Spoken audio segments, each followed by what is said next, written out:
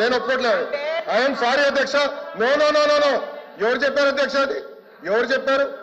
ఎవరు చెప్పారమ్మా? ఎవరు చెప్పారు తల్లి? ఎవరు చెప్పారు? సార్ అధ్యక్ష, రాష్ట్ర ప్రయోజనాల కోసం అన్కండిషనల్ గా ఇటు చంద్రబాబు నాయుడు గారు కానీ అటు పవన్ కళ్యాణ్ గారు కానీ ఇద్దరు నాయకులు కలిసికట్టుగా ఇండియాకి సపోర్ట్ చేశారు. ఎన్నికల ముందల ఎన్నికలు అయిన తర్వాత రిజల్ట్స్ వస్తుంటే కరెక్ట్ గా 1 hour తర్వాత గౌరవ ముఖ్యమంత్రి చంద్రబాబు నాయుడు గారు స్వయంగా హోంమంత్రి గారికి ప్రధానమంత్రి గారికి ఫోన్ చేసి కంగ్రాచులేషన్స్, కలిసికట్టుగా ఈరోజు ఎన్డీఏ ప్రభుత్వం 3వసారి ఏర్పడుతుంది అని అన్కండిషనల్ సపోర్ట్ ఇచ్చాం అధ్యక్ష. మేము పదవులు అడగలేదు అధ్యక్ష.